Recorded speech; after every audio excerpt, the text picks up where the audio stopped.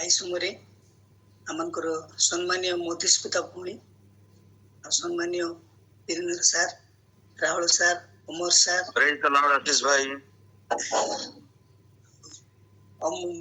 अश्विन भाई, praise the lord भाई, praise the lord आज्ञा, praise the lord, praise the lord sir, praise the lord, praise the lord. आज बहुत praise the lord, praise the Lord.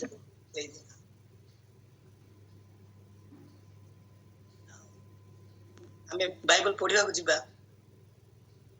ता होछि आज द्वितीय राजावली 4:26 द्वितीय राजावली सेकंड किंग 4:26 मो पढ़ुछि दौड़ी जाई ताहाके पचार तुमर मंगल ଏବଂ ସ୍ୱାମୀର ମଙ୍ଗଳ ବାଳକର ମଙ୍ଗଳ କଣ ସେ ଉତ୍ତର କଲା ମଙ୍ଗଳ।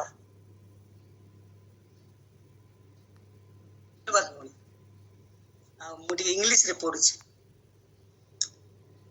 Run out to meet her and ask, you are all right? Is your husband all right? Is your son all right? And she answered, everything's all right. ଆଉ ଥରେ ମୁଁ ପଢୁଛି everything's all right। ଆଜି ଫୁଲ୍ ପ୍ୟାକେଜ ଆମେ Christian ଜୀବନରେ ଯେମିତି ଭଲ ରହିବା ପୁରା ସେଇଟା ମୁଁ ସବୁବେଳେ କହେ କେମିତି ଅଛ, ବହୁତ ଖୁସି ଲାଗିଲା ଯେ ନାଇଁ ଆମେ ସମସ୍ତେ ଭଲରେ ଅଛୁ। Everything is as light. ଆଉ ସେଇଟା ପ୍ରଭୁଙ୍କର ବେଶୀ ଇଚ୍ଛା ସବୁ ଅବସ୍ଥାରେ।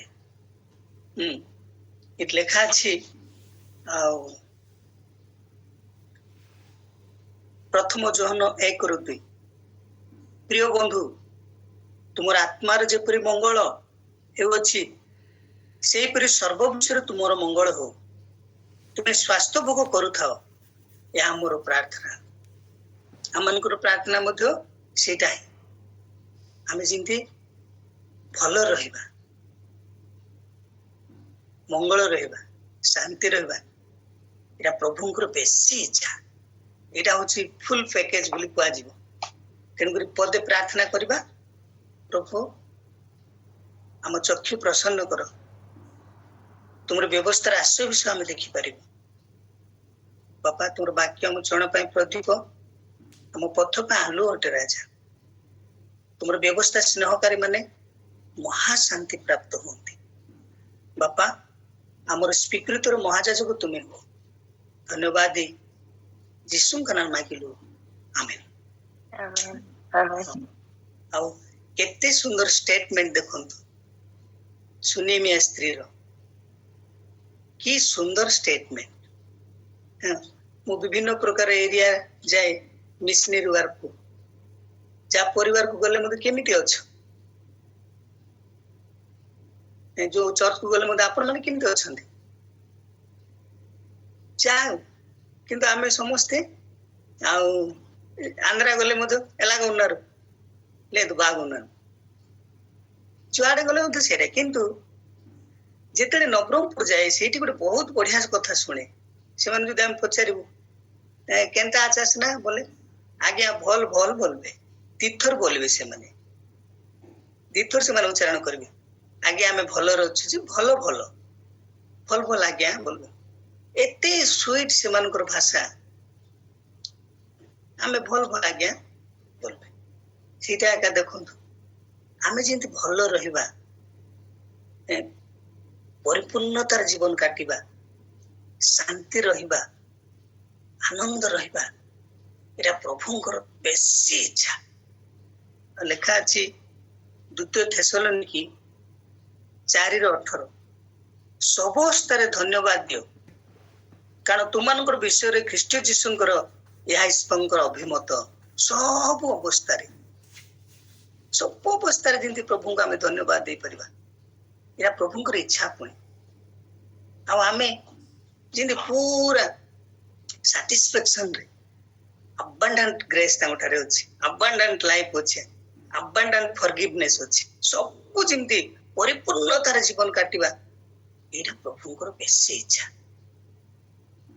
ଏବେ ହେଲେ ଆମ ପିଲାମାନଙ୍କୁ କହିବା କି ଟିକେ ଖରାପ ରହୁ, ଟିକେ ଦୁଷ୍ଟ ହଉ, ଟିକେ ନଷ୍ଟ ହେଇଯାଉ, କେବେ ଏଇଟା କହିବେନି। ଶୈତାନ ହିଁ କହେ, ସେ ଡିଷ୍ଟ୍ରୟ କରିବାକୁ ଆସେ, ସେ ବଧ ବିନାଶ ଚୋରି କରିବାକୁ ଆସେ। କିନ୍ତୁ ଆମ ପ୍ରଭୁ ଯୀଶୁ ଆସିଥିଲେ ପ୍ରଚୁର ଜୀବନ ଦେବା ପାଇଁ, ପ୍ରଚୁର ଶାନ୍ତି ଦେବା ପାଇଁ। ତେଣୁକରି ସୁନେମିଆ କୁ ଯେତେବେଳେ ପଚରା ଯାଉଛି ତମେ କେମିତି ଅଛ, ସେ କହୁଛି ତୁମର ମଙ୍ଗଳ, ତୁମର ସ୍ୱାମୀର ମଙ୍ଗଳ, ବାଳକର ମଙ୍ଗଳ, ତ ସେ କହୁଛି ମଙ୍ଗଳ, ଏଭ୍ରିଥିଙ୍ଗ ଅଲ୍ ରାଇଟ୍। ଆଜି ଯେତେ ଲୋକମାନେ ଏ ବାକ୍ୟକୁ ଯଦି ମେଡିଟେସନ କରିବେ, ଯେତେବେଳେ ଆପଣଙ୍କ ଘରକୁ ଯେ ଆସି ପଚାରିବ ଆଜ୍ଞା ଆମେ ଭଲରେ ଅଛୁ ବୋଲି ଆଜିଠାରୁ କହିପାରିବେ, ଏଭ୍ରିଥିଙ୍ଗ ଅଲ୍ ରାଇଟ୍। କେମିତି ହେଲେ ଆମେ ସବୁ ବିଷୟରେ ଆଶୀର୍ବାଦ ପାଇପାରିବା, ପୁରା ଫୁଲ ପ୍ୟାକେଜରେ ଆମେ ଜୀବନ ଯାପନ କରିପାରିବା, ସାଟିସ୍ଫାକ୍ସନ ଜୀବନ ଯାପନ କରିପାରିବା। ଆଉ ଏଇଟା ଆଜି ଆଲୋଚନା କରିବାକୁ ଯିବା। ତା ହଉଛି ଆଉ ଦ୍ୱିତୀୟ ରାଜାବଳୀ 4:13। ଏଥିରେ ଏଲିସା ଗେହଜିକୁ କହିଲେ, ତାକୁ କୁହ, ଦେଖ ତୁମ ଏ ସମସ୍ତ ବିଷୟରେ ଆମମାନଙ୍କ ନିମନ୍ତେ ଚିନ୍ତିତ ହୋଇଅଛ, ତୁମ ପାଇଁ କଣ କରାଯିବ? ରାଜା ବା ସେନାପତି ନିକଟରେ ତୁମ ପକ୍ଷରେ କୁହାଯିବାର କି ତୁମର ଇଚ୍ଛା? ତ ସେ ଉତ୍ତର କଲା, ମୁଁ ନିଜ ଲୋକଙ୍କ ମଧ୍ୟରେ ବାସ କରୁଅଛି। ପୁଣି ଏଲିସା କହିଲେ, ତେବେ ତା ପାଇଁ କଣ କରାଯିବ? ତାହେଲେ ଗେହଜି ଉତ୍ତର କଲା, ତାର ପୁତ୍ର ନାହିଁ ଓ ତାର ସ୍ୱାମୀ ବୃଦ୍ଧ। ତେବେ ଏଲିସା କହିଲେ, ତାକୁ ଡାକ। ଏଣୁ ସେ ତାକୁ ଡାକନ୍ତେ ସେ ଦ୍ୱାରରେ ଠିଆ ହେଲା। ତ ଏଲିସା କହିଲେ, ଏଇ ଋତୁ ପୁନର୍ବାର ଉପସ୍ଥିତ ହେବା ସମୟରେ ତୁମେ ପୁତ୍ରକୁ କୋଳ କରିବ। ଏଥିରେ ସେ ସ୍ତ୍ରୀ କହିଲା, ନା, ହେ ମୋର ପ୍ରଭୁ, ହେ ମୋର ପରମେଶ୍ୱରଙ୍କ ଲୋକ, ଆପଣଙ୍କ ଦାସୀଙ୍କୁ ଆପଣ ମିଥ୍ୟା ନ କୁହନ୍ତୁ। ଏଥି ଉତ୍ତାରେ ଏଲିସାଙ୍କ ବାକ୍ୟ ଅନୁସାରେ ସେ ସ୍ତ୍ରୀ ଗର୍ଭଧାରଣ କରି ଉକ୍ତ ଋତୁ ପୁନର୍ବାର ଉପସ୍ଥିତ ହେବା ସମୟରେ ଏକ ପୁତ୍ର ପ୍ରସବ କଲା। ଦେଖନ୍ତୁ, ଆଉ ପୁରାତନ ନିୟମରେ ଦେଖନ୍ତୁ, ଗୋଟେ ଫ୍ୟାମିଲି ଦ୍ୱାରା ହିଁ ପ୍ରଭୁ ଆଶୀର୍ବାଦ କରୁଛନ୍ତି। ଆବ୍ରାହମଙ୍କ ପରିବାର ଦ୍ୱାରା ଆଜି ଆମେ ବିଶ୍ୱାସର ସବୁ ଯୀଶୁଙ୍କୁ ଆମେ ବିଶ୍ୱାସ କରିପାରୁଛୁ। ଆବ୍ରାହମ, ଇସାକ, ଯାକୁବ, ଜେନେରେସନ ପରେ ଜେନେରେସନ। ଆପଣ ମାଥ୍ୟୁ ଦେଖନ୍ତୁ, ମାଥ୍ୟୁରେ 1 ଲେଖା ଅଛି, ଜେନେରେସନ ପରେ ଜେନେରେସନ, ଜେନେରେସନ ପରେ ଜେନେରେସନ। ଆଉ ଗୋଟେ ଫ୍ୟାମିଲି ଦ୍ୱାରା ହିଁ ପ୍ରଭୁ ଏ ପୃଥିବୀକୁ ଆଶୀର୍ବାଦ କରନ୍ତି, ଏ ଅଞ୍ଚଳକୁ ଆଶୀର୍ବାଦ କରନ୍ତି, ଆମ ଚର୍ଚ୍ଚକୁ ଆଶୀର୍ବାଦ କରନ୍ତି। ଯୋଉ ପରିବାର କି ପ୍ରଥମରେ ତାଙ୍କ ରାଜ୍ୟ ଆଉ ଧାର୍ମିକତା ଅନ୍ୱେଷଣ କରନ୍ତି, ଯୋଉମାନେ ସବୁବେଳେ ତାଙ୍କ ରାଜ୍ୟ ଆଉ ଧାର୍ମିକତା। ଆମେ ମଧ୍ୟ ଏବେ ବିଭିନ୍ନ ସ୍ଥାନରେ ଆମେ ବସିଛୁ, କିଏ ତ ନବରଙ୍ଗପୁର, କିଏ ତ ଭୁବନେଶ୍ୱର, କିଏ ତ ପାଳାଖେଣ୍ଡି, କିଏ ତ ଦୂର, ଏମିତି ଚାରିଆଡେ। କିନ୍ତୁ ଆମେ ସମସ୍ତେ ଗୋଟିଏ ପରିବାରଠୁ ତାଙ୍କ ରକ୍ତ ଦେଇ ଆମକୁ କ୍ରୟ କରିଅଛନ୍ତି। ଆଉ ମୋ ମା ଭଉଣୀ ମାନେ, ମୋ ବାପା ମାନେ, କେମିତି ଲେଖା ଅଛି ଦେଖନ୍ତୁ। ହଁ, ଟିକେ ରତ୍ନ ସିଷ୍ଟର ପଢିଦେବେ, ମାଥ୍ୟୁ 6:25-26।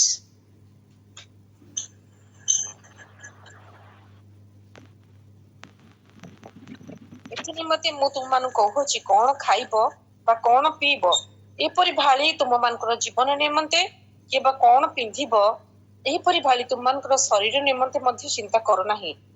ଭକ୍ଷ୍ୟ ଅପେକ୍ଷା ଜୀବନ ଓ ବସ୍ତ୍ର ଅପେକ୍ଷା ଶରୀର କି ଶ୍ରେଷ୍ଠ ନୁହେଁ? ଆକାଶର ପକ୍ଷୀଙ୍କି ଦେଖ, ସେମାନେ ବୁଣନ୍ତି ନାହିଁ କି କାଟନ୍ତି ନାହିଁ, କେବଳ ଅମରରେ ସଞ୍ଚୟ କରନ୍ତି ନାହିଁ, ଆଉ ତୁମମାନଙ୍କର ସ୍ୱର୍ଗସ୍ଥ ପିତା ସେମାନଙ୍କୁ ଆହାର ଦିଅନ୍ତି। ତୁମେମାନେ କଣ ସେମାନଙ୍କ ଠାରୁ ଶ୍ରେଷ୍ଠ ନୁହଁ?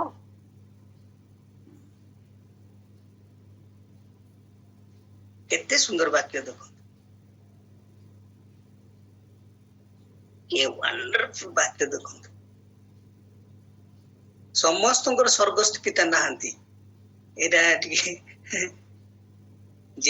ଜନ 1:12 ଲେଖା ଅଛି ଯେତେ ଲୋକମାନେ ତାହାଙ୍କୁ ଗ୍ରହଣ କଲେ ଯେତେ ଲୋକମାନେ ତାଙ୍କୁ ବିଶ୍ୱାସ କଲେ ସେ ଆମକୁ ପୁତ୍ର ହେବାର ଅଧିକାର ଦେଇଛନ୍ତି।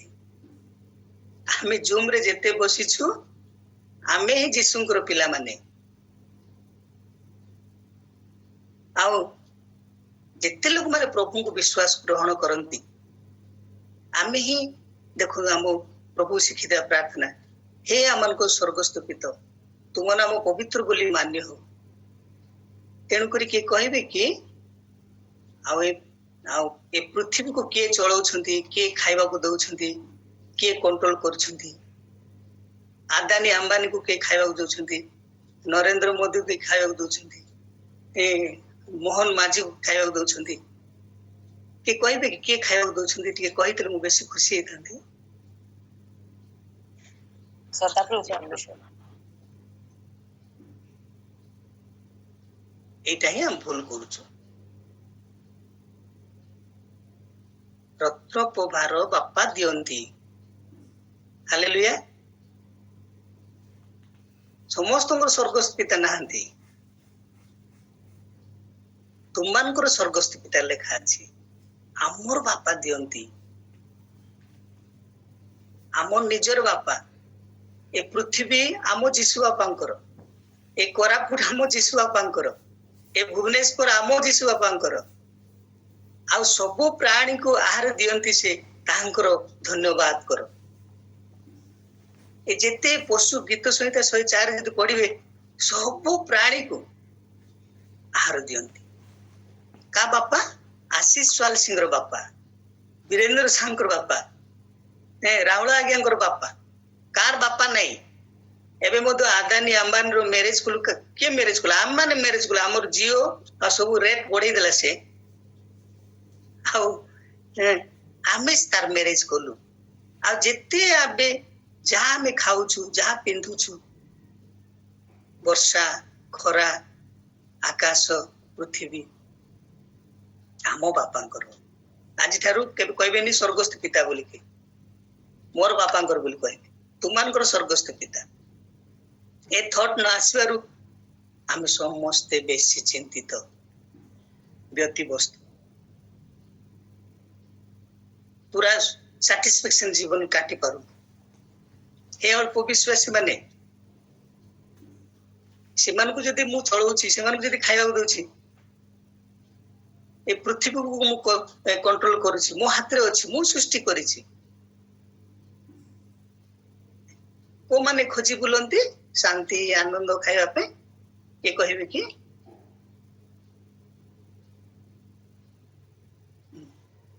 ଏଠି ଲେଖା ଅଛି ବିଜାତି ମାନେ ପୁଣି ଖୋଜି ବୁଲନ୍ତି।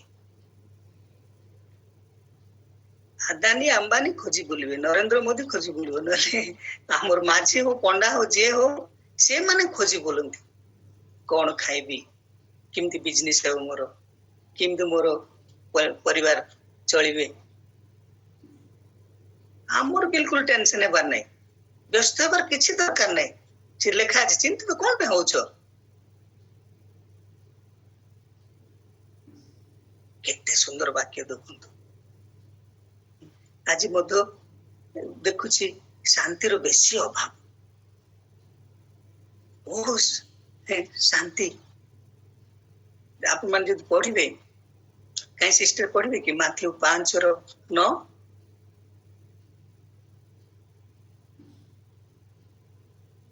ମାଥ୍ୟୁ 5:9। ଶାନ୍ତିକାରକ ଧନ୍ୟ, କାରଣ ସେମାନେ ଈଶ୍ୱରଙ୍କର ସନ୍ତାନ ବୋଲି ଖ୍ୟାତ ହେବେ। ଶାନ୍ତିକାରକ ଲୋକ। ଆମେ ହଉଛୁ ଶାନ୍ତିକୁ ତିଆରି କରିବା ଲୋକ, ଶାନ୍ତିକାରକ ଲୋକମାନେ। ଆମେ ଯୋଉ ପରିବାର ଥିବା ସେ ପରିବାର ଶାନ୍ତି, ଯୋଉ ସହରରେ ଥିବ ସେ ସହର ଶାନ୍ତି, ଯୋଉ ଦେଶରେ ଥିବା ସେ ଦେଶରେ ଶାନ୍ତି। ଆମେ ଶାନ୍ତି ତିଆରି କରିବା ଲୋକମାନେ, କାରକ ଲୋକମାନେ। ଜଗତ ଯେମିତି ଶାନ୍ତି ଦିଏ ସେମିତି ପ୍ରଭୁ ଶାନ୍ତି ଦିଅନ୍ତି ନାହିଁ। ସେ ନିଜର ଶାନ୍ତି ଆମକୁ ଦେଇଛନ୍ତି, ନିଜର ଶାନ୍ତି। ଆମେ କୋଉଠି ଖୋଜିବାର ଦରକାର ନାହିଁ, କୋଉଠି ଯିବାର ଦରକାର ନାହିଁ ଶାନ୍ତି ପାଇବା ପାଇଁ। ଯେମିତି ଲୋକମାନେ ଦେଖନ୍ତି। ଆଉ ମୋ ଭାଇ ମତେ କହୁଥିଲା, ଆଉ ଭାଇନା ଆଉ ମୋବାଇଲ ଖୋଲୁ ଖୋଲୁ ଖାଲି ଆଦାନୀ ଅମ୍ବାନୀର ମ୍ୟାରେଜ ଆଉ ତା ପୁଅ ପାଇଁ ପୁଣି 12,000 କୋଟି ଟଙ୍କା ଖର୍ଚ୍ଚ କରିଛି ସେ 12,000 କୋଟି ଟଙ୍କା ଦେଖନ୍ତୁ କଣ ପାଇଁ ସେମାନେ ଖର୍ଚ୍ଚ କଲେ ଆମ ପୁଅ ଭଲ ରହୁ ଆଉ ଟିକେ ଶାନ୍ତି ଅନୁଭବ କରିବା ବୋଲିକିରି ଆଉ ମେନ୍ ତାଙ୍କର ମୋଟିଭ ହେଲା ଆଉ ସେ ପୁଅକୁ ଅସ୍ତମା ଅଛି ଆଉ ସେ ଶୀଘ୍ର ଚାଲିଯିବ ଏ ପୃଥିବୀରୁ ପ୍ରଭୁ ତାକୁ ବେଶୀ ବଞ୍ଚାନ୍ତୁ ଆମେ ସେମିତି କହିବାନି କିନ୍ତୁ ସେ ବାପା ମା ଜାଣିଛନ୍ତି ତାର ଡିଜିଜକୁ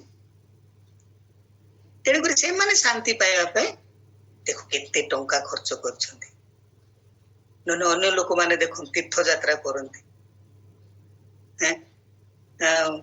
ଏଇ ବଲାଙ୍ଗୀରରେ ଜଣେ ବାରିକ ଆଜ୍ଞା ଗୋଟେ ବୁଢୀ ପାଖକୁ ଯାଇଥିଲେ ଭାଉଜ ଭିଜିଟ ଗୋଟେ ବିଶ୍ୱାସୀ ପାଖକୁ ଆଉ ବୁଢୀ ମା ଆଉ ଟିକେ ହାଉସ ଭିଜିଟିଂ ଆସିଛି ତୁମର କଣ ଆଉ ଟିକେ ବ୍ୟସ୍ତ ଅଛ ତମେ ଆସନ୍ତୁ ପ୍ରାର୍ଥନା କରିବା କଣ ତୁମର ପ୍ରେୟର ରିକ୍ୱେଷ୍ଟ ସେ ବୁଢୀ ମା କହୁଛି ନାଇଁ ବାବୁ ମୁଁ ରାତି ସାରା ଶୋଇନି କଣ ହେଲା ନା ନା ଆଉ ଜଣେ ପରିବାରରେ ଜଣେ ଭଉଣୀକୁ ଆମ୍ବୁଲାନ୍ସ ଆସିକି ନେଇଗଲା ତାଙ୍କ ଘରେ କିଏ ନାହାନ୍ତି ବାପା ନାହିଁ ମା ନାହିଁ ଭଉଣୀ ନାହିଁ ଆଉ ସେ ହସ୍ପିଟାଲରେ କେମିତି ହଉଥିବ ସେଇଟା ପାଇଁ ବାବୁ ରାତି ସାରା ମୁଁ ଶୋଇନି ଆଉ ସେ ଭଉଣୀ ପାଇଁ ଟିକେ ପ୍ରାର୍ଥନା କରନ୍ତୁ କେମିତି ହେଇଥିବ ସେ ହସ୍ପିଟାଲରେ ଗଲା ପରେ ପୁଣି ଆଜ୍ଞା କହିଲେ ତାଙ୍କର ପ୍ଲେସ କୋଉଟା ତାଙ୍କ ଘର କୋଉଟା ତାଙ୍କ ସାହି କଣ ତାଙ୍କ ଗାଁ କୋଉଟା ବୋଲେ ନାଇଁ ଆଜ୍ଞା ଆଉ ମୁଁ ସିରିଏଲ ଦେଖୁଥିଲି ଆଉ ସେ ସିରିଏଲରେ ଜଣେ ଭଉଣୀକୁ ନେଇଗଲେ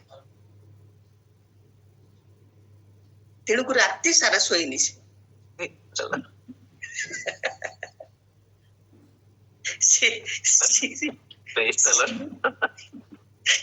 ସିରିଏଲ ପୁଣି ଜଣେ ଭଉଣୀକୁ ନେଇଗଲେ ସେ ବୁଢୀ ରାତି ସାରା ଶୋଇନି ତେଣୁକୁ ଟିକେ ପ୍ରାର୍ଥନା କରନ୍ତୁ ଆଜ୍ଞା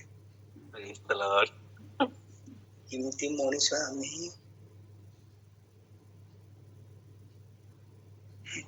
କେତେ ଦୁଃଖର କଥା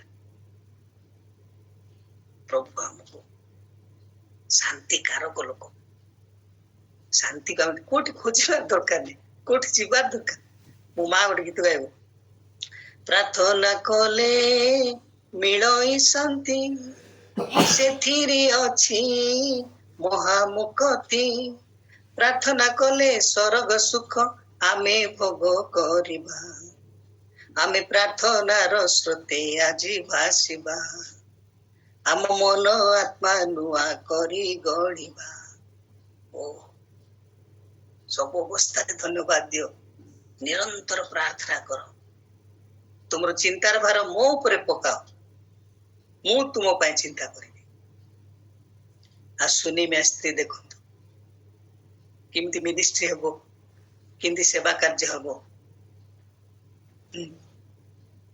ବୋଲି ଚିନ୍ତା କରୁଛନ୍ତି ଦେଖନ୍ତୁ କାରଣ ଏଭ୍ରି 13:1-2 ଲେଖା ଅଛି ଭାତୃପ୍ରେମରେ ସ୍ଥିର ହୋଇ ରହିଥାଉ ଆତିଥ୍ୟ ସତ୍କାର ନ ପାଶଳ ଯେଣୁ ତୋ ଦ୍ୱାରା କେହି କେହି ଅଜ୍ଞାତ ସାରରେ ଦୂତମାନଙ୍କର ଆତିଥ୍ୟ କରିଅଛନ୍ତି ଦେଖନ୍ତୁ ପ୍ରଭୁଙ୍କ ଲୋକମାନେ ଯଦି ଆସିଲେ କେତେ ଆଶୀର୍ବାଦ ଦେଖନ୍ତୁ ଆଜି ତ ଦିଦି ପୁରା ଏକ୍ସାଇଟମେଣ୍ଟରେ ଅଛି ଆମ ଘରକୁ 15 ଜଣ ପାଷ୍ଟର ଆସୁଛନ୍ତି ତେଣୁକରି ଆଉ ଦିଦି ପୁରା ତାଙ୍କର ତେଲୁଗୁ ଖାନା ବେଶୀ ଆମ ଅଞ୍ଚଳର ପାଷ୍ଟର ମାନେ ବେଶୀ ଖୁସି ଦିଦିଙ୍କର ଆଉ ଖାନା ଖାଇବା ପାଇଁ ସେ ଚାରୁ ସାମ୍ବାର ବନେଇବ ଏଇଟା ବନେଇବ କାଲି ଠାରୁ ବ୍ୟସ୍ତରେ ଅଛି ଖାଲି ଆମେ କେମିତି ସେବା କାର୍ଯ୍ୟ ହବ କାରଣ ଆମେ ସବୁ କୋରାପୁଟରେ ଖାଇବାକୁ ସମସ୍ତଙ୍କୁ ଦଉଛୁ ଏ ନାଲକ ମଧ୍ୟ ଆମର ଖାନା ଖାଉଛନ୍ତି ଏ ହେଚେଲ ମଧ୍ୟ ଆମର ବାପାଙ୍କର ଖାଉଛନ୍ତି ଆମେ କଣ ପାଇଁ ଚିନ୍ତା କରିବୁ କଣ ପାଇଁ ଆମେ ଭୟ କରିବୁ ଆଉ ଲେଖା ଅଛି ଭୟ କର ନାହିଁ ତୁମାନେ ଅନେକ ଘର ଚଟିଆ ଠାରୁ ଶ୍ରେଷ୍ଠ କେତେ ଶତ୍ରୁ ବଢି ଯାଆନ୍ତୁ କୋଉ ସରକାର ଆସୁ ଆମର କଣ ଯାଏ ଆସି ଅଛି ଆମର କିଛି ଟେନସନ ହେବାର ଦରକାର ନାହିଁ ଖାଲି ତାଙ୍କ ରାଜ୍ୟ ଆଉ ତାଙ୍କ ଧାର୍ମିକତା ଅନ୍ୱେଷଣ କରିବା ଯେମିତି ଆମ ଆଦ୍ୟ ମଣ୍ଡଳୀ ପରି ବେଶୀ ଖୁସି ଆମର ସବୁ ଘରେ ଦେଖନ୍ତୁ ଆପଣ ମାନେ ମୋବାଇଲ ଧରିକି ବସିଛନ୍ତି ଆପଣ ମାନଙ୍କର ଘରେ ପ୍ରେୟର ହଉଛି କି ଭାଗ୍ୟବାନର କଥା କେତେ ଭଉଣୀ ମାନେ ସକାଳୁ ସକାଳୁ ମୋ ମା ଗୀତ ଗୀତ ପ୍ରଭୁ ବସି ପଦ ତଳେ ତୁମ୍ଭ ବାଣୀ ମୁଁ ନ ଶୁଣି ଯିବି ନାଇଁ କାହିଁ ବଳେ ବସି ପଦ ତଳେ ଗୋଟେ ଶାନ୍ତି ଅଛି ପ୍ରାର୍ଥନାରେ ତାପରେ ଆପଣ ଗୋଟେ ପଢିବେ ଗୀତ ସଂହିତା 119 165 165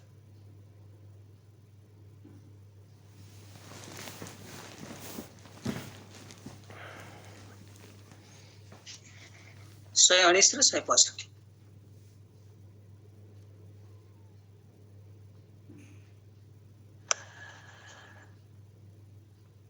ତୁମ୍ଭ ବ୍ୟବସ୍ଥା ସ୍ନେହକାରୀ ମାନେ ମହାଶାନ୍ତି ପ୍ରାପ୍ତ ହୁଅନ୍ତି ପୁଣି ସେମାନଙ୍କର ଝୁଣ୍ଟିବାର କୌଣସି କାରଣ ଘଟେ ନାହିଁ।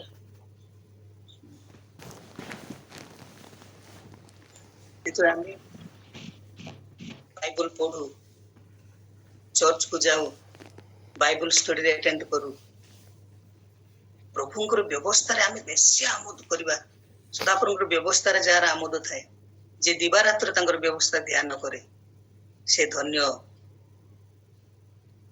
ଯୋଉମାନେ ଈଶ୍ୱରଙ୍କର ବାକ୍ୟକୁ ବେଶୀ ମହତ୍ଵ ଦିଅନ୍ତି ଯୋଉମାନେ ପଢନ୍ତି ଈଶ୍ୱରଙ୍କର ବାକ୍ୟକୁ ଶୁଣନ୍ତି ମରିୟମ ଭଳିଆ ଏଇଟା ଯୋଉ ମର୍ଣ୍ଣିଂ ପ୍ରେୟରେ ଯେତେ ବାକ୍ୟ ଆପଣ ମାନେ ଶୁଣୁଛନ୍ତି ପୃଥିବୀ ସବୁ ଲୋପ ହେଇଯିବ କିନ୍ତୁ ଈଶ୍ୱରଙ୍କର ବାକ୍ୟ କେବେ ଲୋପ ହେବନି ଆଉ ଯାହା ଘଟୁଛି ପୃଥିବୀରେ ତାହା ବାଇବଲରେ ଅଲରେଡି ସବୁ ଲେଖା ଯାଇଛି ଏବେ କଣ ତାଡନା ହଉଛି ଆପଣ ମାନେ ପ୍ରେରିତ ପୁସ୍ତକ ପଢିବେ ବୋଲେ କେତେ ତାଡନା ହଉଥିଲା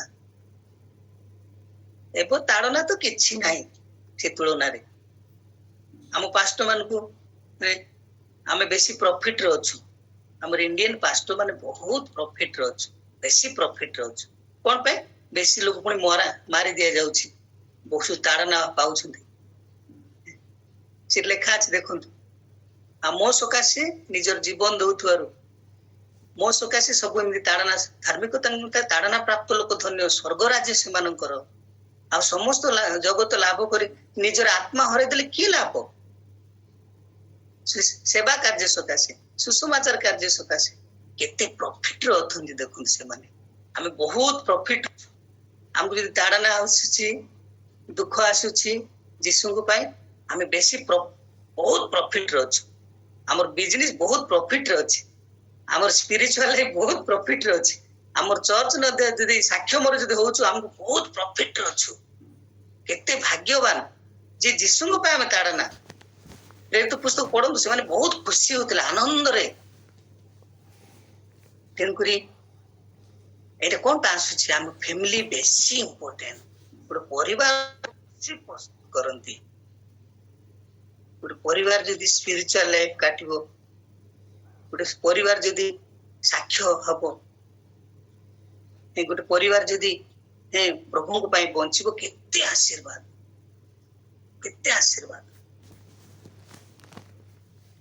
ତେଣୁକରି ଏ ତାଡନା କିଛି ଭୟ କରିବାନି ଯିଏ ବି ଆସୁ ବ୍ୟସ୍ତ ହେବାର ଏକା ନାହିଁ ସେ ଘର ଚଟିଆ ମାନଙ୍କୁ ଯଦି କେୟାର ନିଅନ୍ତି ଆମକୁ କେୟାର ନେବେନି କି କେମିତି ତାଙ୍କ ରାଜ୍ୟ ଧାର୍ମିକତା କେମିତି ପ୍ରଭୁଙ୍କ ପାଇଁ ବଞ୍ଚିବା ଶୁଣିବି ନାଇଁ ଆମ ପାଇଁ ସେ ଚିନ୍ତା କରୁଥିବାରୁ ତାଙ୍କର କଣ ନିଡ୍ସ ଅଛି ଆଉ ତାର ଷ୍ଟେଟମେଣ୍ଟ ଦେଖନ୍ତୁ ଆଉ ତା ପୁଅ ମଧ୍ୟ ଚାଲି ଯାଉଛି ଯୋଉ ପୁଅ ମିଳିଥିଲା ସେ ପୁଅ ଚାଲି ଯାଉଛି ବେଳେ ବେଳେ ଆମର ଲସ୍ ବି ହେଇପାରେ ପ୍ରଭୁଙ୍କ ପାଇଁ ଯେତେ ଲସ୍ ହେବ ପ୍ରଭୁଙ୍କ ପାଇଁ ସେତେ ପ୍ରଫିଟ ଆମକୁ ଯେତେ ବୁଡିବା ସେତେ କାଟିବା give and it will give to you ଆମେ ଯେତେ ବୁଣିବା ପ୍ରାଣ ପଣ ବୁଣିବା ଆମକୁ ସେତେ ଲାଭ ସେତେ ପ୍ରଫିଟ ଯେତେ ତାଡନା ହଉଛି ସେତେ ପ୍ରଫିଟ ଆମକୁ ତେଣୁକରି ସୁନିମେ ଜାଣିଥିଲା ଯେ ମୁଁ ପ୍ରଭୁଙ୍କ ଲୋକ ପାଇଁ ଚିନ୍ତା କରିବି, ତେଣୁକରି ତା ପାଇଁ କଣ ନିଡ୍ସ ଅଛି। ଆଉ ଦେଖ ସେ ପୁଅ ବି ଚାଲି ଯାଉଛି, ଆଉ ପ୍ରେୟର ରିକ୍ୱେଷ୍ଟ ପାଇଁ ଯାଇଛି, ସେ ଆଜ୍ଞାଙ୍କୁ ଡାକିବାକୁ ଯାଇଛି। ଆଉ କେମିତି ଅଛ, ତାର କେତେ କନଫିଡେନ୍ସ ଦେଖନ୍ତୁ। ଆଉ ପ୍ରଭୁ ତ ଦେଇଥିଲେ, ନିଶ୍ଚୟ ପ୍ରଭୁ ଆଉ ଥରେ ଫେରେଇ ଦେବେ। କାରଣ ଏଲିସା ସେ ଜାଣିଥିଲା ତାର କେତେ ପାୱାର ଅଛି। ତାଙ୍କର ଆଶ୍ଚର୍ଯ୍ୟ କର୍ମ ଶୁଣିଥିଲା, ଏଲିୟଙ୍କର ଆଶ୍ଚର୍ଯ୍ୟ କର୍ମ ଶୁଣିଥିଲା, ଆବ୍ରାହମଙ୍କର ଆଶ୍ଚର୍ଯ୍ୟ କର୍ମ ଶୁଣିଥିଲା। ଆମେ କେତେ ମହାନ ଲୋକ। ମୋ ପୁଅ ମୃତ୍ୟୁ ହେଲେ କଣ ହେଲା, ଆମ ପ୍ରଭୁ ଆଉ ପୁନରୁତ୍ଥାନ ଜୀବନ ଅଟନ୍ତି। ଧାର୍ମିକ ଲୋକ ଯୋଉମାନେ ପ୍ରେୟର କରୁଛନ୍ତି, ସବୁଦିନ ବାଇବଲ ପଢୁଛନ୍ତି, ସବୁଦିନ ଯଦି ପ୍ରଭୁଙ୍କ ପାଇଁ ବଞ୍ଚୁଛନ୍ତି, ଆପଣଙ୍କୁ ତାଡନା ହେଲେ ସେ କିଛି ଅସୁବିଧା ନାହିଁ। ଜାଣିଛି ସେ ମରିଗଲେ ମତେ କେମିତି ଅଛ, ତମେ କେମିତି ଅଛ। ତା ପୁଅ ୟାର ମରିଯାଇଛି, ଇଏ ଯେ ପଚାରୁଛି କେମିତି ଅଛି ବୋଲି, ନାଇଁ ମୋ ପୁଅ ବି ଭଲ ଅଛି। ହାଲେଲୁୟା।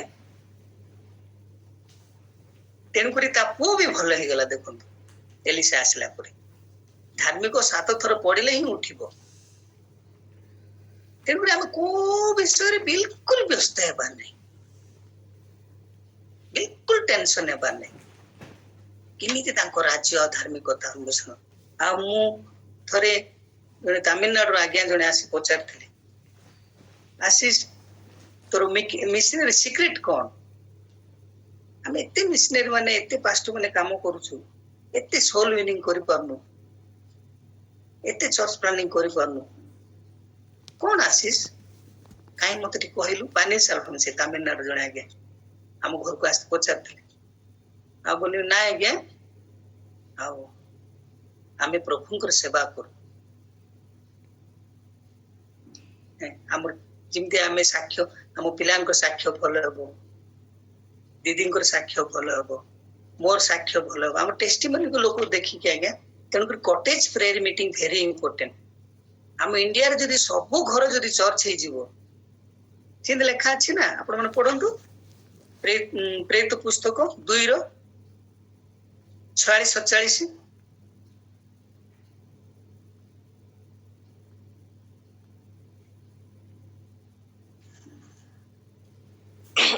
ଆଉ ସେମାନେ ଏକଚିତ ହୋଇ ପ୍ରତିଦିନ ମନ୍ଦିରରେ ସମବେତ ହୋଇ ରହୁଥିଲେ ଓ ଘରେ ଘରେ ରୋଟି ଭାଙ୍ଗି ଆନନ୍ଦରେ ଓ ସରଳ ହୃଦୟରେ ଭୋଜନ ପାନ କରି ଈଶ୍ୱରଙ୍କ ପ୍ରଶଂସା କରୁଥିଲେ।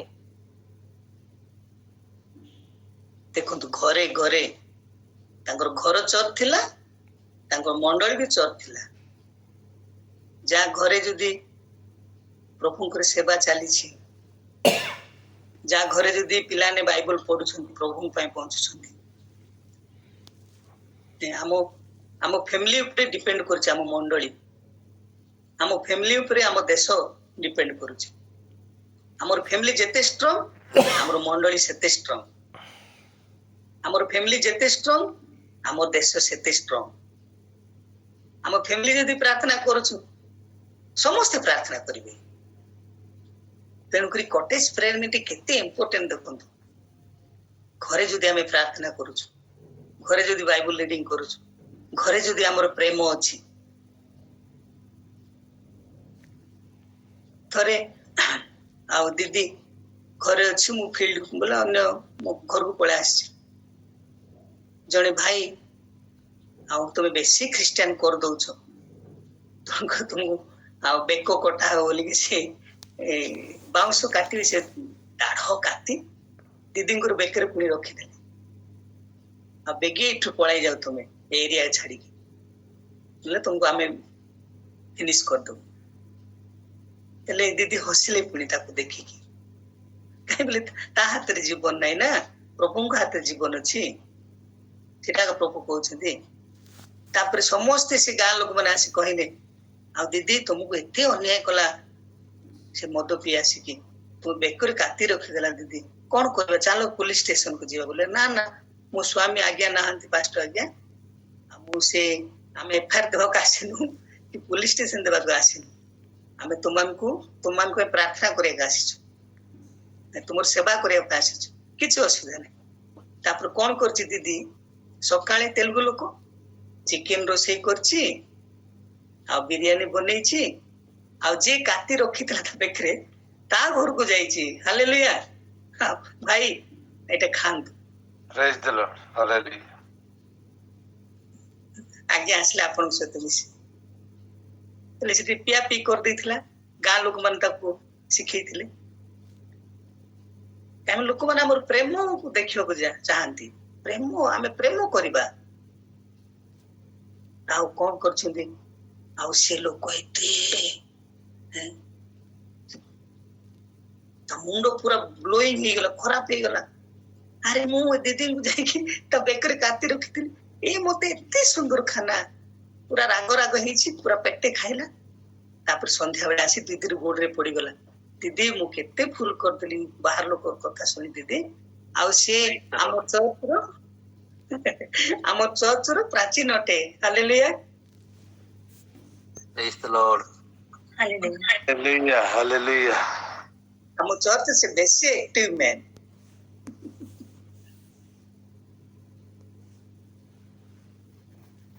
ଆମ ଭେଜାପୁଟରେ ଦେଖନ୍ତୁ ଦିଦିର ଯାଉ ବେଶୀ ଇଚ୍ଛା ଯେତେ ମଦୁଆ ମାନେ ଟିକେ ଗୋଡ ହାତ ଥରିବ ମାଣ୍ଡିଆ ଯାଉ ବେଶୀ ଇଚ୍ଛା ଖରା ଦିନ ଆସିଥିଲେ ସବୁବେଳେ ଆସିବେ ଆଉ ଏ ମୋବାଇଲଟା ଆଜ୍ଞା ଦିନରେ ଆଜ୍ଞା କିଣିକି ଦେଇଥିଲି ଥରେ ହଜି ଯାଇଥିଲା ମୋର ମୋବାଇଲଟା ଆଉ ଗୋଟେ ଚୋର ନେଇଯାଇଥିଲା ସେ ମୋବାଇଲଟା ତାପରେ ଆମେ ଆସି ଖୋଜିଲୁ କିଏ ନେଇଯାଇଥିଲା ମୋ ମୋବାଇଲ କିଏ ନେଇଥିଲା ତାପରେ ଜଣେ ଜାକିର ଭାଇ ଅଛି ମୁସଲିମ ଲୋକ ଏରେ ଆଜ୍ଞାର ମୋବାଇଲ ପୁଣି ହଜି ଯାଇଛି କିଏ ନେଇଛି ବୋଲିଆରୁ ଚୋର ମାନେ ସେ କଥା ଶୁଣିଦେଲେ ଆଉ ସେମାନେ ଗୋଟେ ମଦ ଦୋକାନ ବି ମୋର ମୋବାଇଲକୁ ଦେଇ ଦେଇଛନ୍ତି ଏରେ 5 ଟଙ୍କା ଆଜ୍ଞାର ମୋବାଇଲ ପୁଣି ବୋଲିକି ସାଙ୍ଗେ ସାଙ୍ଗେ ସିମକୁ ଖାଇ ଦେଇଥିଲେ ନାଇଁ ରେ 5 ଟଙ୍କା ଆଜ୍ଞା ଆମକୁ ଦିଦି ମାଣ୍ଡିଆ ଯାଉ ଦିଏ ଗୋଡ ହାତ ଥରିଲେ ସାଙ୍ଗେ ସାଙ୍ଗେ ଆଣି ଫେରେଇ ଦେଲେ ସବୁ ଚୋର ମାନେ Praise the Lord. Praise the Lord.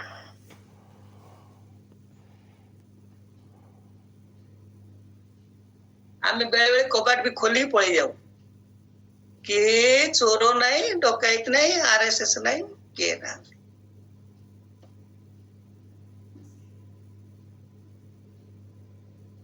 କାରଣ ଆମେ ଗୀତ ସହିତ ଏକାନୟକୁ ବିଶ୍ୱାସ କରୁ ଯେଉଁ ଜନ ସର୍ବପୁସ୍ତକ ଅବସ୍ଥାରେ ବାସ କରେ ସେ ସର୍ବଶକ୍ତି ମାନଙ୍କ ଛାୟା ତଳେ ବସିତ କରିବୁ ମୁଁ ସଦାପ୍ରଭୁଙ୍କ ବିଷୟରେ କହିବି ସେ ମୋର ଆଶ୍ରୟ ସେ ମୋର ବଳ ସେ ମୋର ଦୁର୍ଗ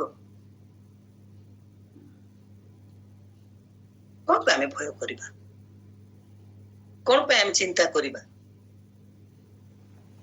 କଣ ପାଇଁ ଆମେ ବ୍ୟସ୍ତ ହେବା କଣ ଖାଇବା ମୋ ବାପାଟା ସବୁ ଲୋକ ଖାଉଛନ୍ତି ମୁଁ ପୁଣି ଚିନ୍ତା କରିବି ଜଣେ ଗୋଟେ ଟୁନକା ଗୁଡା ବୋଲି ଗୋଟେ କୁଷ୍ଠ ମଣ୍ଡଳୀ ଅଛି ସେମାନେ ଗାଈ ଜଗୁଥିଲେ ଆଉ ସେ ସାହିର ହରିଜନ ସାହିରେ ସମସ୍ତେ କୁଷ୍ଠି ବେମାର ମାନେ ସମସ୍ତେ ଆଉ ଗରିବ ଲୋକମାନେ ଶୀଘ୍ର ସୁସମାଚାର ଗ୍ରହଣ କରନ୍ତି ଆଉ ସେଠି ଆମେ ସୁସମାଚାର ଦେବାକୁ ଗଲି ମୁଁ ଥରେ ବାହାରେ ମୁଁ ଶୋଇଥିଲି ସେ ଗୋଟେ ତେନ୍ତୁଳି ଗଛ ଥିଲା ଆଉ ସେମାନଙ୍କୁ କହିଲି ଦେଖ ତମେ କୁଷ୍ଠି ବେମାରୀ ଆମ ବାଇବଲ ଲେଖା ଅଛି 10 ଜଣ କୁଷ୍ଠି ପ୍ରଭୁ ଭଲ କରିଥିଲେ ସେ ଗୋଟେ ଷ୍ଟୋରିରେ ହୋଲ ସାହି ସାରା ପ୍ରଭୁଙ୍କୁ ଗ୍ରହଣ କଲେ ସେ ଗୋଟେ ଷ୍ଟୋରିରେ ଆଉ ତୁମେ ପ୍ରଭୁଙ୍କୁ ଧନ୍ୟବାଦ ସେ ସୂଚି କରିବେ Hallelujah. Hallelujah. ତୁମକୁ ଆଶୀର୍ବାଦ କରିବେ ଆଉ ସେମାନେ ଗାଈ ଜଗୁଥିଲେ ଆଉ ଗାଈ ଜଗୁଥିଲେ ଆଉ ସେମାନେ ଆଜି 15 ବର୍ଷ ହେଲା ସେ ଅଞ୍ଚଳର ମହାଜନ ସେମାନେ ଜମିବାଡି ବହୁତ ଚାଷ କରି ଗାଈ ଜଗିବା ଲୋକ ବହୁତ ଗରିବ ଥିଲେ କିନ୍ତୁ ସେମାନେ ମହାଜନ ଆଜି ଦେଖନ୍ତୁ ସେମାନେ ଆଜି 15 ବର୍ଷ ହେଲା ମତେ ଚାଉଳ ଦଉଛନ୍ତି ହାଲେଲୁୟା ସେ 15 ବର୍ଷ ହେଲା ଆମେ ସେମାନଙ୍କୁ ଚାଉଳ ଆଉ ଆମ ପାଇଁ ଗୋଟେ 1/2 ଏକର ଚାଷ କରନ୍ତି ସେମାନେ ଯେ ସାର ପକାନ୍ତି ନାହିଁ ସେଇଠି 5 ଟଙ୍କା ଆଉ ଭଲ ଚାଉଳ ସବୁବେଳେ ଫୋନ କରିବେ ଆଜ୍ଞା ଚାଉଳ ସରିଗଲା କି କାରଣ ଆପଣ ମିନିଷ୍ଟ୍ରି କରୁଛନ୍ତି ଦେଖ ସୁନେମିଆ ଆଉ ସ୍ତ୍ରୀ ପ୍ରଭୁଙ୍କ ପାଇଁ ଚିନ୍ତା କରୁଥିବାରୁ ପ୍ରଭୁ କେତେ ଆଶୀର୍ବାଦ କରୁଛନ୍ତି ତେଣୁକରି ଆଜିଠାରୁ ଆମେ କହିବା all right everything all right ଆମେ ପ୍ରଭୁଙ୍କ ରାଜ୍ୟ ଯେମିତି ବିସ୍ତାର ହେଇପାରିବ ତାଙ୍କ ଧାର୍ମିକତା କେମିତି ହେଇପାରିବ ଆମେ ଯଦି ଚିନ୍ତା କରିବା ତାହେଲେ ଆମ ସବୁ ଯତ୍ନ ସେ ନେବେ କିଛି ବ୍ୟସ୍ତ ହେବାର ନାହିଁ ପ୍ରଭୁ ଆମର ସବୁ ଆବଶ୍ୟକତା ଯୋଗାଇବେ ଆମେ ଯେମିତି ସ୍ୱାସ୍ଥ୍ୟ ଭୋଗ କରୁ ତାଙ୍କର ଇଚ୍ଛା ସେଇଟା ଆମେ ଯେମିତି ପୁରା ସାଟିସ୍ଫାକ୍ସନ ଜୀବନ କାଟୁ ତାଙ୍କର ଇଚ୍ଛା ସେଇଟା। ତେଣୁକରି ଏ ବାକ୍ୟକୁ ମେଡିଟେସନ କରନ୍ତୁ। ଆପଣ ସବୁ କହିବେ। ମୁଁ ଯେ ଆପଣ ମାନଙ୍କୁ ଯିଏ ବି ପଚାରିଲେ ଏଭ୍ରିଥିଙ୍ଗ ମୁଁ ବହୁତ ଭଲ ଅଛି, ମୋ ପିଲାମାନେ ଭଲ ଅଛନ୍ତି, ମୋ ସ୍ୱାମୀ ଭଲ ଅଛି, ମୋ ପରିବାର ଭଲ ଅଛି। ଏଇଟା ପ୍ରଭୁଙ୍କର ଇଚ୍ଛା। ପ୍ରାର୍ଥନା କରିବା। ପ୍ରଭୁ ଧନ୍ୟବାଦ ଦଉଛି, ପ୍ରଶଂସା କରୁଛି ଯୀଶୁ ରାଜା। ଆମେ ଯେମିତି ଭଲ ରହୁ ପ୍ରଭୁ, ଆମ ପରିବାର ଭଲ ରହୁ, ସେଟା ତୁମର ଇଚ୍ଛା ଯୀଶୁ ରାଜା। ଆଉ ଯେତେ ମର୍ଣ୍ଣିଂ ପ୍ରେୟରକୁ ଆସୁଛନ୍ତି ପ୍ରଭୁ, ବଡ ଆଶୀର୍ବାଦ ପରିବାର ହୁଅନ୍ତୁ ପ୍ରଭୁ, ଆଶୀର୍ବାଦର ଆକର ହୁଅନ୍ତୁ। କାମ ଆମ ପରିବାର ଦ୍ୱାରା ପ୍ରଭୁ ଆମ ଦେଶକୁ, ଆମ ଅଞ୍ଚଳକୁ ତୁମେ ଆଶୀର୍ବାଦ ପ୍ରଦାନ କରିବ। ଆଜି ଏ କଥା ଶିଖେଇଲ, ଆମେ ସବୁବେଳେ ତୁମ ରାଜ୍ୟ ଧାର୍ମିକତା ଅନ୍ୱେଷଣ କରିବୁ ରାଜା। ସେ ପ୍ରକାର ଦୟା କର। କୌଣସି ବିଷୟରେ ଯେପରି ଆମେ ବ୍ୟସ୍ତ ନ ହେବୁ। ଯଦି କାହା ଜୀବନରେ ଟେନସନ ଅଛି, ମୁଁ ଯୀଶୁଙ୍କ ନାମରେ ପ୍ରଭୁ ସଲ୍ଭ କରୁଅଛି। ଯଦି ଯେତେ ଲୋକମାନେ Amen. ରାଜା ସେମାନଙ୍କୁ ତୁମେ ସୁସ୍ଥ କର ରାଜା। ଯେତେ ଲୋକମାନେ ପ୍ରଭୁ ଆଉ ଯାହା ନିଡ୍ସ ନେଇ ଆସୁଛନ୍ତି, ସେଦିନ ସୁନେମରେ ସ୍ତ୍ରୀର ଗୋଟେ ନିଡ୍ସ ଥିଲା ପ୍ରଭୁ, ତାକୁ ତୁମେ ଫୁଲଫିଲମେଣ୍ଟ କଲ। ଆମ ମର୍ଣ୍ଣିଂ ପ୍ରେୟରକୁ ଯେତେ ଲୋକ ଆସୁଛନ୍ତି ସମସ୍ତଙ୍କୁ ତୁମେ ଫୁଲଫିଲମେଣ୍ଟ କର, ସମସ୍ତଙ୍କର ମନୋବାଞ୍ଛା ପୂର୍ଣ୍ଣ କର, ପ୍ରତ୍ୟେକ ମନ୍ଦିର ଶୁଦ୍ଧ କର। ଆଉ ଆମେ ଯେପରି ଆମେ ପରିବାର ଦ୍ୱାରା ପ୍ରଭୁ ଆମ ସହର ଆଶୀର୍ବାଦ ପାଇବ, ଆମ ଅଞ୍ଚଳ ଆଶୀର୍ବାଦ, କାରଣ ଆମର ବାପାଟା ପ୍ରଭୁ ଏଇ ସବୁ। ଆଜି ତୁମେ କଥା କହିଲ, ତୁମମାନଙ୍କର ସ୍ୱର୍ଗସ୍ଥ ପିତା ସମସ୍ତଙ୍କୁ ଚଳାନ୍ତି, ଆହାର ଦିଅନ୍ତି। ତମେ କଣ ପାଇଁ ବ୍ୟସ୍ତ ହଉଛ? ଆଜିଠାରୁ ସବୁ ଯୀଶୁଙ୍କ ନାମରୁ ସବୁ ଟେନସନ ଦୂର ହେଇଯାଉ ପ୍ରଭୁ। ତୁମେ ଦୟା କର, ଆମ ଦେଶକୁ ଆସିବାକୁ, ଆମ ଅଞ୍ଚଳକୁ ଆସିବାକୁ ଧନ୍ୟବାଦ ଦେଇ ପ୍ରଭୁ ଯୀଶୁଙ୍କ ନାମ ମାଗିଲୁ। Amen, amen. Okay, Amen. Amen. Praise the Lord. Hallelujah.